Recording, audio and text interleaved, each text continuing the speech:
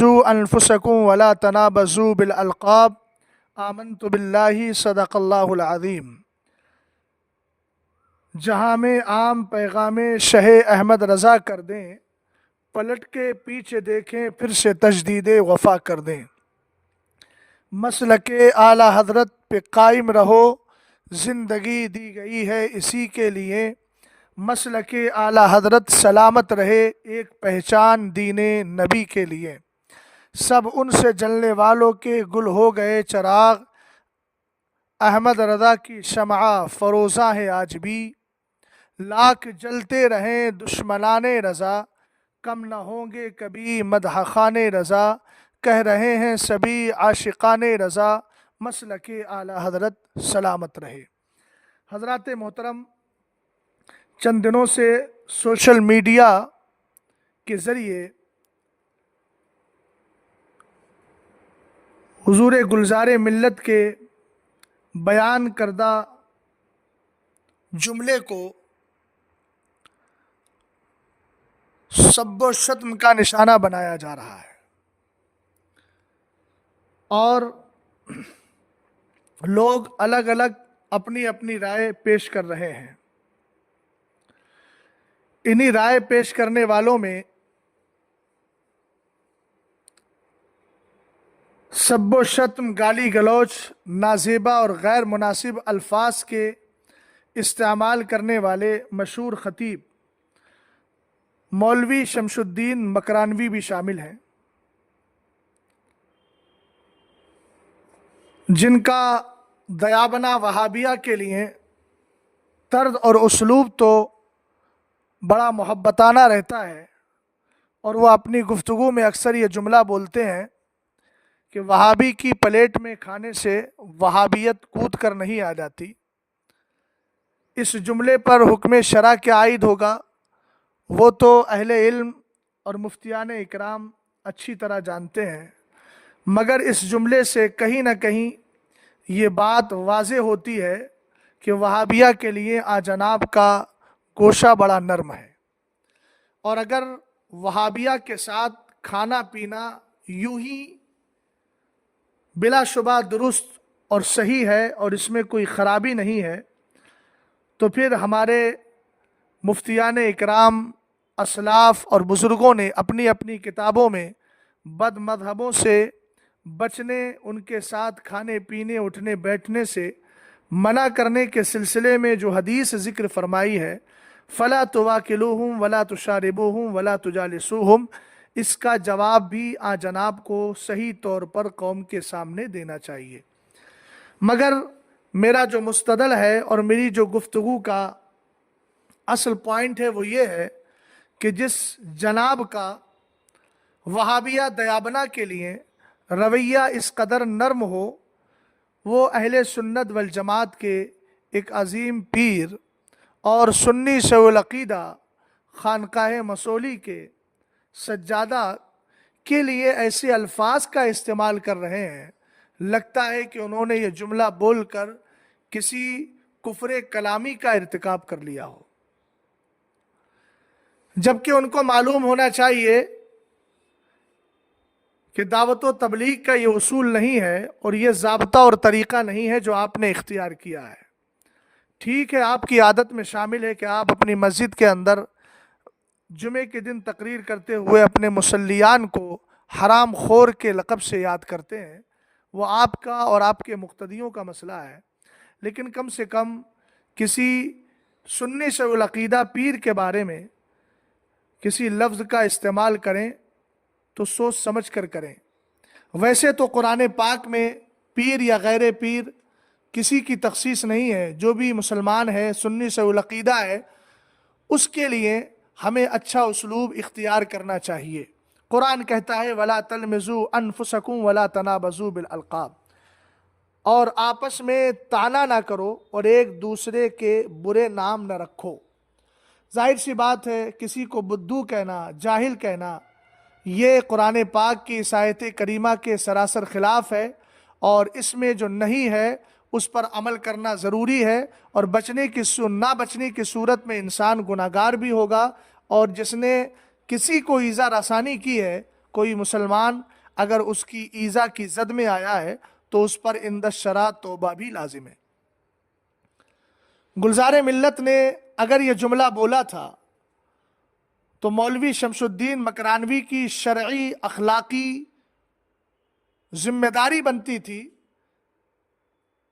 کہ وہ براہ راست ان سے اس مسئلے کی، اس بات کی مراد معلوم کر لیتے، اور اگر اتنا نہیں کر سکتے تھے تو خود کو مفتی کہلواتے ہیں، تو ان کو چاہیے تھا کہ اس پر جو حکم شرع ہے وہ حکم شرع بیان کرتے۔ چونکہ ہم بہت سارے فنون پڑھتے ہیں لیکن آخر میں آ کر کے عند الشرع جو حکم ہوتا ہے اسی کا اعتبار ہوتا ہے۔ آیا ان کا یہ جملہ شریعت کی نظر میں ناجائز ہے، حرام ہے، گمراہی ہے، بد مذہبی ہے، کفر کلامی ہے، کفر فقہی ہے، کس زمرے میں آتا ہے؟ شمس الدین صاحب کو چاہیے تھا کہ وہ حکم شرع بیان کر کے ان سے مطالبہ رجوع یا توبہ کرتے، لیکن آپ نے اس روش سے ہٹ کر گالی گلوچ کا دفتر کھول دیا جو آپ کی پرانی عادت ہے۔ میں آپ سے سوال کرنا چاہتا ہوں، اب جو آپ نے بولا ہے وہ آپ کی اپنی رائے جس سے اہل سنت والجماعت کا کوئی فرد متفق نہیں ہے، یہ الگ بات ہے کہ جناب امین القادری صاحب اس سے متفق ہو گئے ہوں، چونکہ وہ بھی اس گفتگو میں شامل تھے، وہ بھی اس گفتگو کو سن رہے تھے، اب تک ان کا کوئی وضاحتی بیان یا برات نامہ نہیں آیا ہے۔ لیکن میں یہاں ایک بات جملہ اہل سنت سے عرض کرنا چاہوں گا کہ حضور گلزار ملت نے جو جملہ بولا ہے کہ کربلا میں بھی بریلوی تھے، اس جملے پر اصطلاح کے اعتبار سے تو آپ اعتراض کر سکتے ہو کہ یہ اصطلاح بریلی کی اس وقت نہیں تھی، لیکن رہا عقائد کا معاملہ تو الحمدللہ رب العالمین جو عقائد کربلا کے تھے وہ عقائد آج بھی اہل سنت والجماعت بریلویوں کے ہیں۔ عقائد کے اعتبار سے الحمدللہ رب العالمین ہمارا سلسلہ وہاں سے جڑا ہوا ہے۔ محض اعتراض اصطلاح پر ہے کہ آپ نے ایسا لفظ استعمال کیا جو اصطلاح بات کی تھی، اور آپ نے اس اصطلاح کو ما سبق میں کیسے جڑ دیا۔ تو پہلی بات تو یہ ہے کہ اگر بولنے والا مسلمان ہے، سنی سے العقیدہ ہے، تو ہمارے فقہ نے فرمایا جہاں تک ہو سکے قائل کے قول کی صحیح تعویل تلاش کی جائے۔ امام اہل سنت نے بھی فرمایا کہ محمل حسن تلاش کرو۔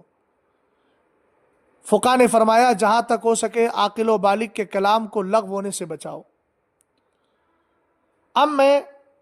مولوی شمس الدین مکرانوی سے پوچھتا ہوں کہ آپ کا اختلاف صرف اصطلاح پر ہے نا، کہ یہ اصطلاح آج کی ہے اور آپ نے جڑ دی کربلا میں، تو آپ نے صرف اصطلاح کو لے کر کے اس قدر گالی گلوچ کا دروازہ کھول دیا، دفتر کھول دیا۔ آپ کو یہ بھی سوچنا چاہیے کہ قائل قطعاً یہ بیان کرنا نہیں چاہ رہا ہے اور قطعاً یہ ظاہر کرنا نہیں چاہ رہا ہے کہ یہ اصطلاح اس وقت پائی جاتی تھی۔ ان کا مقصد اور مفاد صرف اتنا ہے کہ جو عقائد الحمدللہ رب العالمین ہمارے ہیں، یہی عقائد کل کربلا میں بھی تھے۔ جماعت کے اعتبار سے، اصطلاح کے اعتبار سے آپ کا اگر اعتراض تھا تو اس اعتراض پر حکم شرع بیان کرتے، لیکن آپ نے بیان نہیں کی۔ مگر میں کہتا ہوں اگر اس طرح کی اصطلاح انہوں نے بول بھی دی تو عند الشرع کوئی مواخذہ نہیں ہے۔ اعلیٰ حضرت امام اہل سنت رضی اللہ تعالی عنہ سے ایک سوال کیا گیا ہے ملفوظ شریف میں۔ یہ ملفوظ شریف اول ہے جو امام احمد رضا اکیڈمی سے شائع کی گئی ہے، اور اس کا صفحہ نمبر 147 ہے۔ اس حوالے کو سننے سے پہلے تمہیدی گفتگو سماعت کر لیجیے۔ جس طرح جماعت بریلوی اہل سنت والجماعت کی ایک نشانی ہے، ایک پہچان ہے، اور جس کے عقائد و نظریات حضور علیہ الصلاۃ والسلام کے دور سے لے کر اب تک چلے آ رہے ہیں۔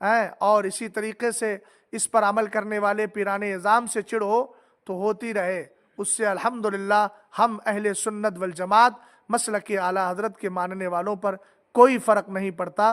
اور کسی دوسرے پر انگلی اٹھانے سے پہلے اپنے گریبان میں جھانک کر دیکھ لو، تقریروں میں جو تم نے حدیثوں کا تمسخر اڑایا ہے، رسول کریم صلی اللہ تعالیٰ علیہ وسلم کے فرامین کا، وقت آئے گا تو انشاءاللہ اس کو بھی ہم دلائل کی روشنی میں بیان کریں گے۔ اللہ تعالیٰ سے دعا ہے کہ اللہ تعالیٰ تمہیں بھی سمجھ عطا فرمائے، اور تمہارے اس ٹولے میں جتنے حضرات ہیں اللہ ان کو بھی سمجھ عطا فرمائے، اور سب کو مسلک اعلیٰ حضرت پر چلنے کی توفیق عطا فرمائے۔ ہم سب کو سادات اکرام، بزرگان دین، اسلاف، مشائخ اور خان